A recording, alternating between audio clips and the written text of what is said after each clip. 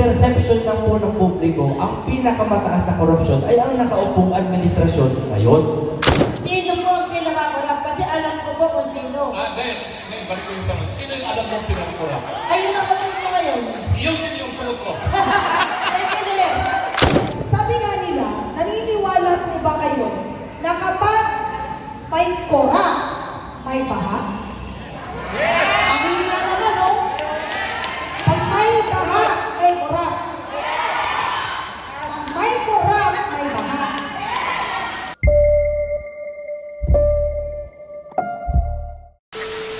Kaya nakakalungkot talaga na yung sitwasyon na pinanggit mo ngayon dito sa distrito ay nangyayari. So, abangan natin. Meron siyang tugtog. Habang nagsasalita ka, sabi po ni ate, hindi po ako nagsisinungaling. Meron po ako narinig dun sa kaliwa, sabi nila, ano bang meron sa Brittany? Ba't nabanggit ni ate?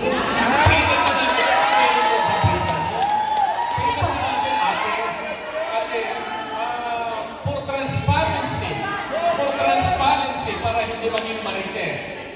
At ano bang meron doon? Meron sa Brittany, ba't nabanggit ninyo? Kasi mayroong mga opisyal na nagsasabi wala daw pong projects ni Vizcaya sa District 5. Pero meron po. Meron siya Meron project. po yan. Alam nila po yan. Alam po ng mga opisyal ng ating gobyerno dyan na nakasapo po sa Quezon City po. So, tama pala yung sinasabi ni Vizcaya na May investigation din po yan at alam naman natin na may report po yan. meron siyang project at meron siyang Nakaano yan eh, naka-news. Ako. Pero, pagkuhan ko lang, ano po masasabi ninyo sa news 2 days ago na sinasabi na ang pinakamalinis at wala pang bahid na distrito sa kabuuan ko ng Quezon City at wala pong question pattern sa mga blood control gadget ay ang distrito 5. Totoo po ba ito?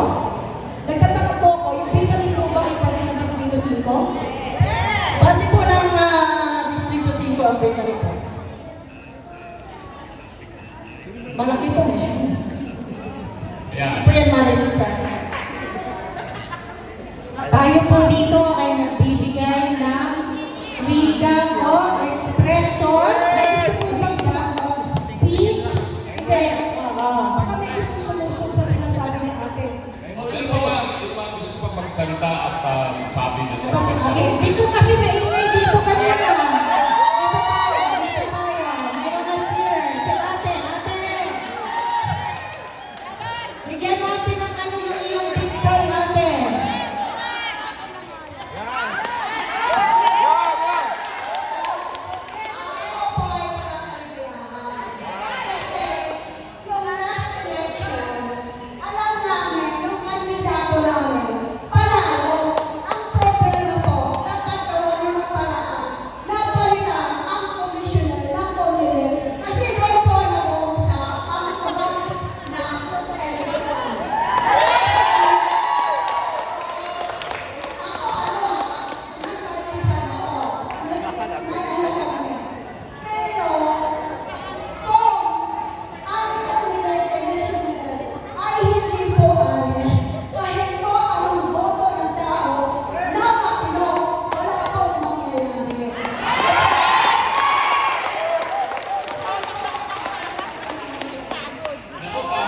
Komentaryo, comment, issue. Alam po niyo, ako rin po ay umikot sa Quezon City, nag-motorcade po ako rito.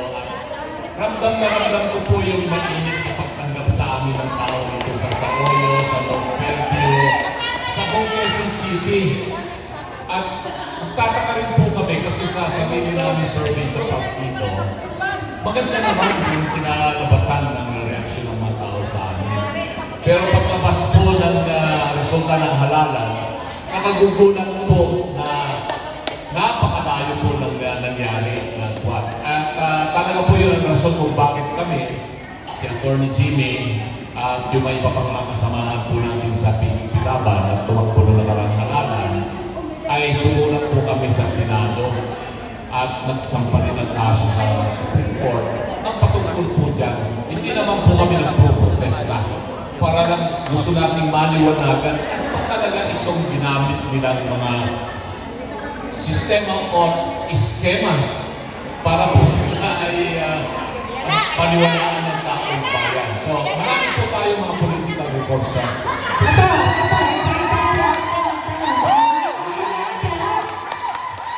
Magandang gabi po. Ako po si Maria Teresa Militante. Isa ko akong volunteer ni Kagawad JB. Hindi ko po masabing volunteer ng barangay kasi si Kagawad JB lang po ang tumatangkilik sa amin.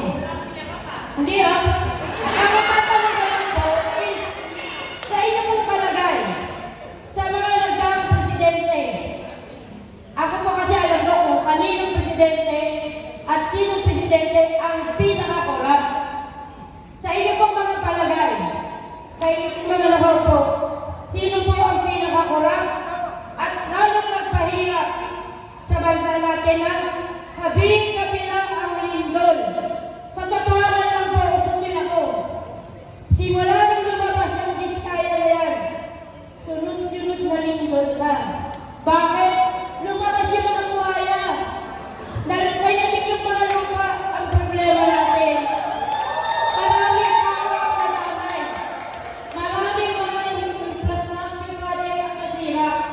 Ngayon, ang tanong ko po, sa paan ninyo kami natutulungan, lalo na ang barangay ng Fairview, na lagi po binabaka.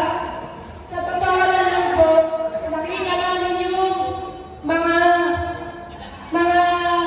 yung pader po, yung mga retaining wall. Wala pong mga bakal. Kasi po, nag-iikot po kami.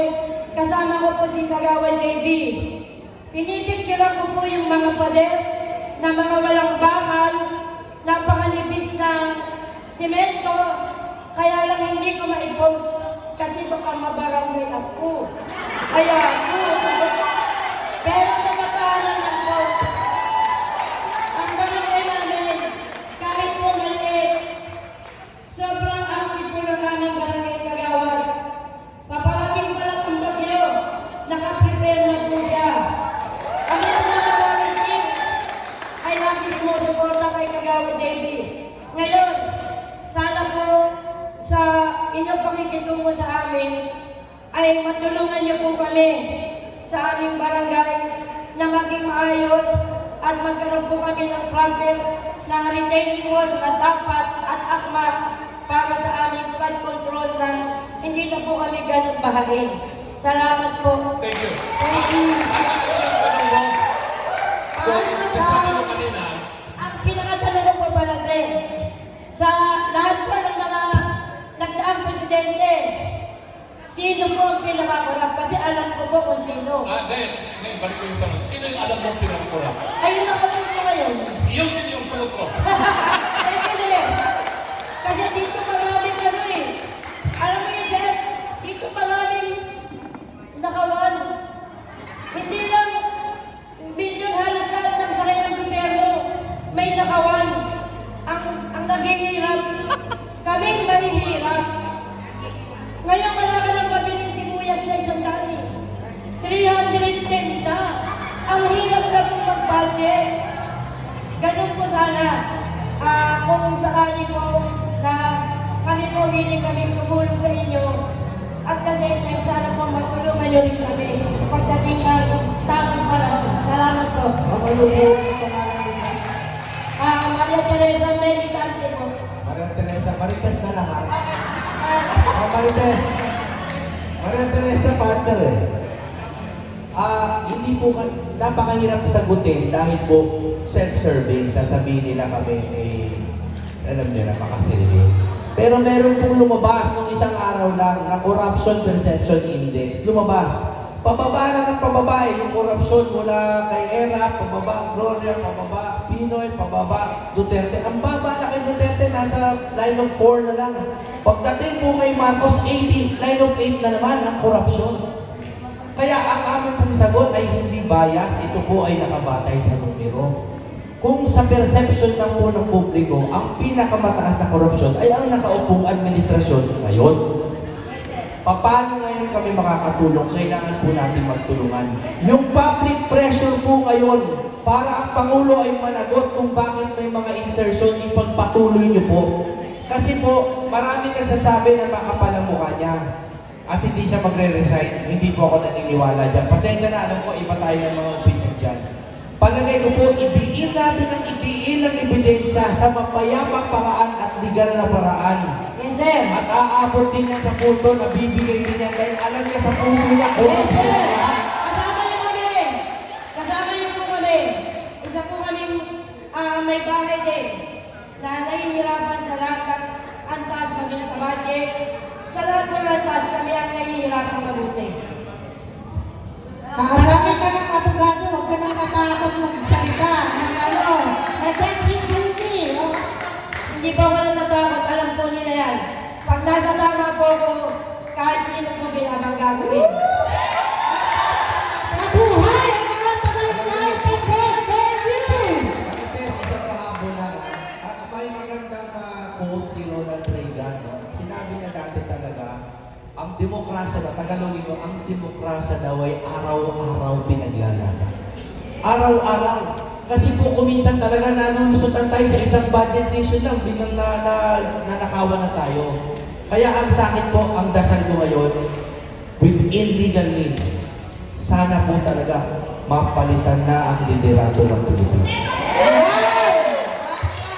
Thank you, Atty. Jimmy Bondo. Kanina pa to eh. Meron dito may violent reaction. Nakakita si Atty. Raul, si Atty. Jimmy Bondo. Talagang nagpupumiglas siya. Gusto niya magsalita. Ate. Magandang gabi po.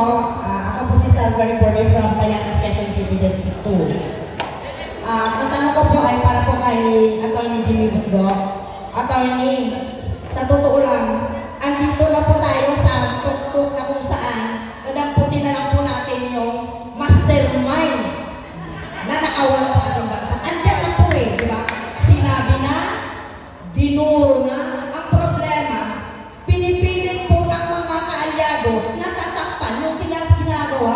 So ang tanong ko po, ano po dapat natin gawin para po tuluyang idiin yung mga buhaya sa gobyerno natin? Kasi ito lang ang po, sa pipit na po, sa pipit na po eh. Sino yung mga mastermind ng korupsyon?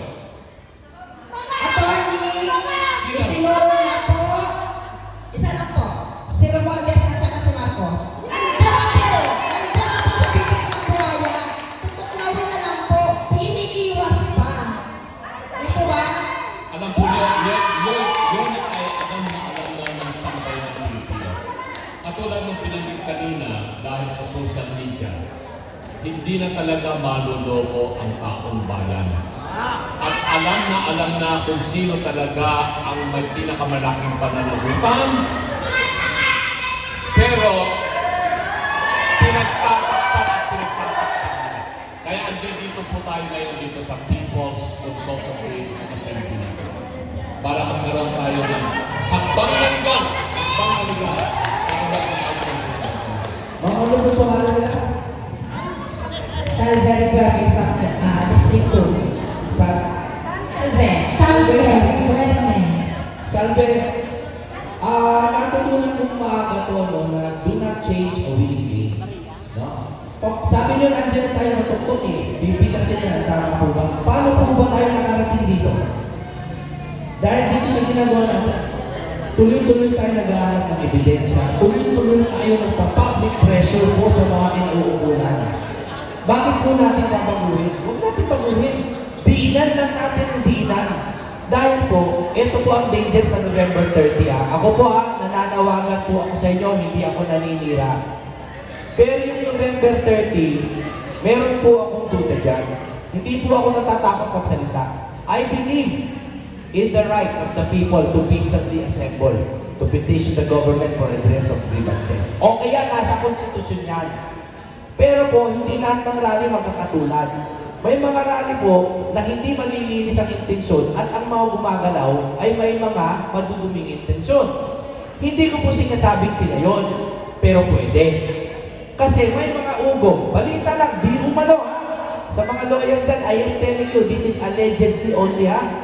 may mga nagsasabi na yan po ay kolusyon kasama ang kaliwa.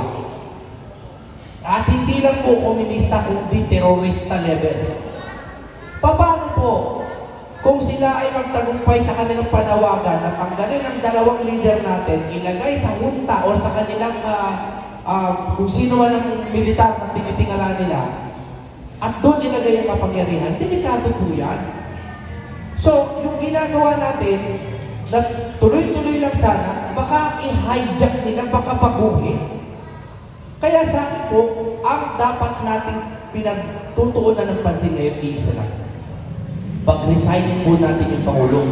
Pressurein natin. Nag-work, di ba? Gumagana. Sabi nyo, nandiyan na tayo sa tuktok. Tama kayo. Tuloyin natin ang ituloy. No? At dapat, sumunod tayo sa constitutional succession, si BP ang ipalit. Huwag po kayo pumayag sa kahit ano pang option. There is no other legal option. Huwag na yung mga hunta-hunta na yan kasi hindi natin alam kung kanino mapupunta kapangyarihan yan.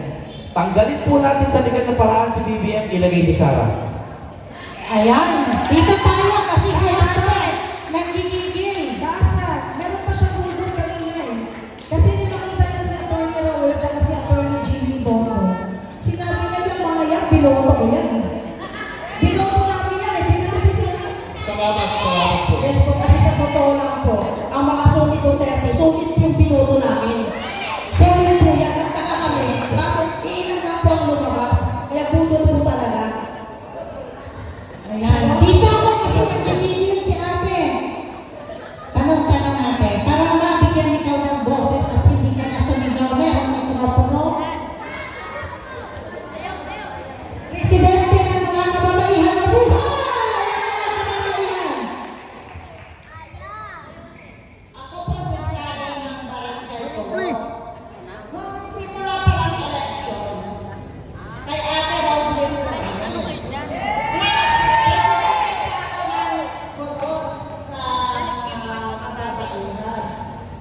Ngayon, bago mag-election, gabi pa lang.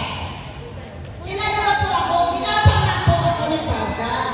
Tinanong po kami, 935. Pero pinagkat po namin ang pera kasi pera naman namin yun. Ngayon, iba ang sinulat namin kasi ako po, buong pamilya po, solid Duterte. Kaso lang, sa nakikita namin sa tayo, iba ang tao po, kaso kami rin po, kawawa naman po kami. Binabaha po kami sa biscuit bill. Kaso, Diyos ko po, wala naman po kami nakakainap na ayuda. Kahit isang kilong bigas, wala po. Ngayon, ang ginagawa po ng ating barangay, palakasan system. Palakasan system po kayo, sino po kamag-anak nila yung pagmatibigyan ng ayuda. At saka po, yung ano po kayo, ang gagawin ko po, mga kapatid po ng banga is yun po rin ang po ang nakaupo. Kaso, ang mga dapat ikulong, hindi po nakukulong ng maayos. Dapat po yung mga pensan ng sinumwales, yun po dapat ang nakulong. At sa isa sabi ko, bakit yung mga pinapulong sila? Mapapalang naman po ang nagulak nila, yun pa po ang nauna nakulong. Bakit yun po ang pinakamas nila, hindi po nakulong? Paano? Bakit? Dapat na tayo siguro ng people's power na ilabas na natin ang kasipanan. At ilabas po natin ang karapatan. Sino man po ang naniniwala kay mga tangala po yan. Yung ayuda na dito, pag may nagbibigay yung bawat 1,000, may binibigyan kayo ng boto. Kanyari, may 1,000, tapos magbabalik kayo ng 500. Nangyayari din ba dito yun? Nangyayari daw yan. Kailangan po kami ng 3-5, pero hindi po namin talaga sila pinuto. Tinanggap po namin ng pera. Yung kinakatas daw, isang pol, 10,000 dapat, tapos pagbigay ng 10,000, yung sa kayo ganito ha, so pagbigay ng 10,000, nagiging 5,000 na lang, pinapabalik sa inyo. Nangyayari ba yun dito? Hindi naman po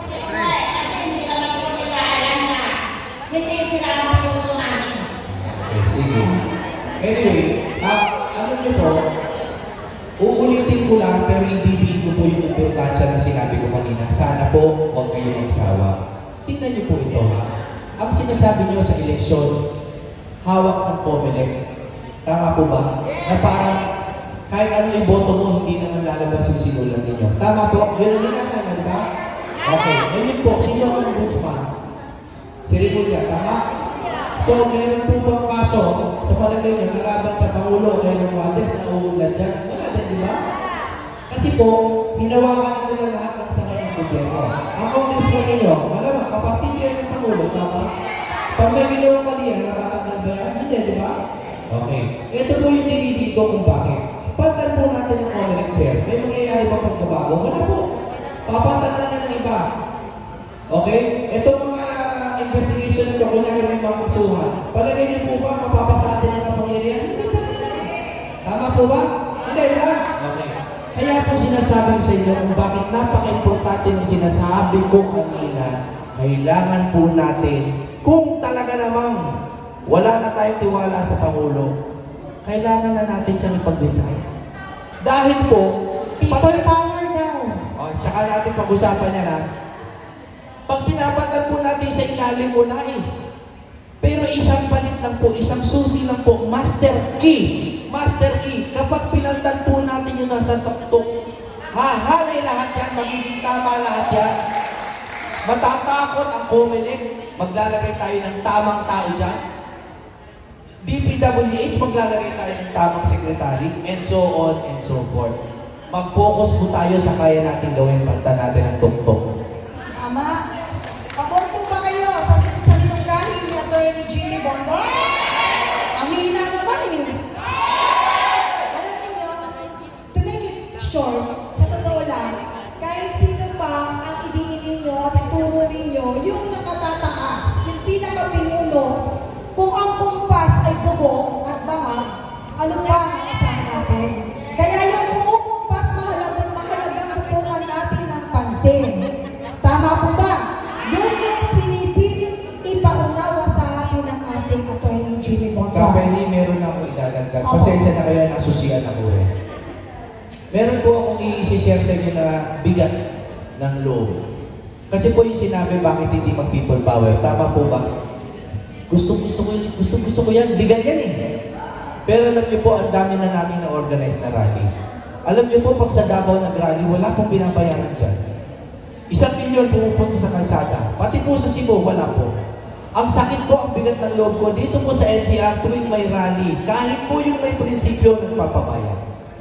Totoo po. Nasanay po ang NCR, hindi ko alam kung bakit. Siguro dahil we are so close to the center of power, nasanay tayo na may nag-aabot ng pa isa-1,500, tapos may mobilization fee. Pero ako ba ay galit sa tumatanggap niyan? Siyempre hindi. Kailangan niyo naman ng makakain, siyempre. Tama po ba? Pero sa totoo, ano po ang hadlang sa totoong people power? Pera po. Pera po. Kasi po ako nag-organize na ako, naghanap na ako ng mga libreng singer, libreng stage, lahat na pwede ko libre o kaya discounted. Pero pagdating po sa tao, may dadating na leader sa akin, Sir, makikisa kami.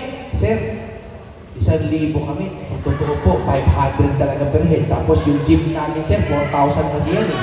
4,000 po yan, 20 na tao. Tapos po, pag tumagal po ng 8 oras, syempre po, may mga pamilienda po. So, gawin na po natin 1,000 o baka mga 1,200 ha, pag lumagpan. Oh, tama hindi? May mali ba doon? Hindi naman. Hindi naman, di ko po kayo naakusahan ha. Pero yun yung hadlang, no? Yun yung hadlang.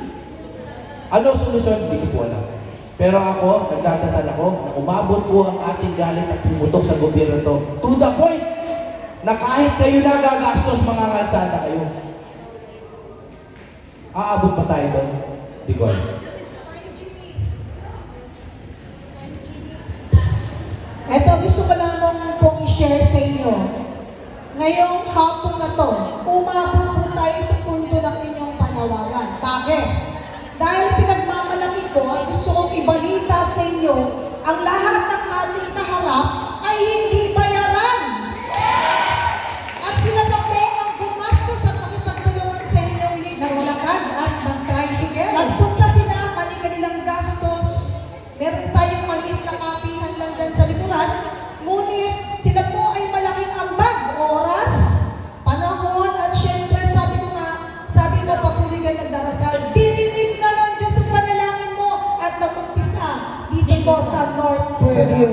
sa inyong lahat. Palakpakan naman natin sila lahat. Thank you po. So tama yung panukala kanina na binanggit ko. Dito natin umpisa sa North Fairview, itanim natin dito yung buto ng tamang politika. Pinapan dito, kasama natin si Gawad TV at kayong lahat para tayo ang pipili kung sino yung mga mamumuno natin sa mga susunod na taon. At ako ay natutuwa doon sa pangayakapin dahil yun po yung dahilan kung bakit ang lakas ng loob ng kasalukuyang administrasyon na patuloy po nilang i-cover up, pagtakpan itong nangyayari pong issue. Hindi lamang po corruption sa pagkontrol. Corruption sa lahat ng sakay ng pamahalaan. Sa BIR, sa customs, sa DOH, sa transportation, lahat halos. Lahat po, I mean, sa sobrang halaga, yung nangyayari po. At hindi lamang po yun.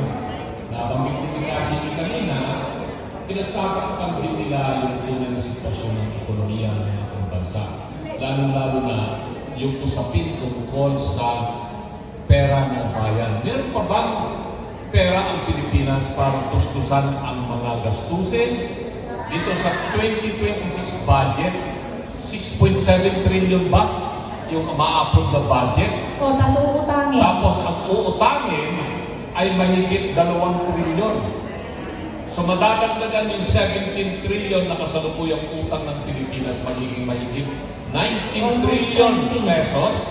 Ang problema ngayon ng pamahalaan natin, wala na pong magpapautang na ibang bansa sa atin. Dahil nga yung perception of corruption, tignan po ninyo yung Transparency International Perception Index, napakababa na po ng Pilipinas. Nandun doon siya sa pinaka-corrupt na bansa sa buong mundo. So, takot ngayon itong mga bansa sa iba-ibang dagat na magpautang sa ating baka hindi tayo makabayan. Takot yung mga foreign investors na pumasok dito, baka po hindi po nila mabawi yung kanilang puhunan. Kanino tayo uutang para sa gastusin ng 6.7? Uutang tayo dito sa mga bangko sa Pilipinas, local banks. Magkano kaya ang interest niya?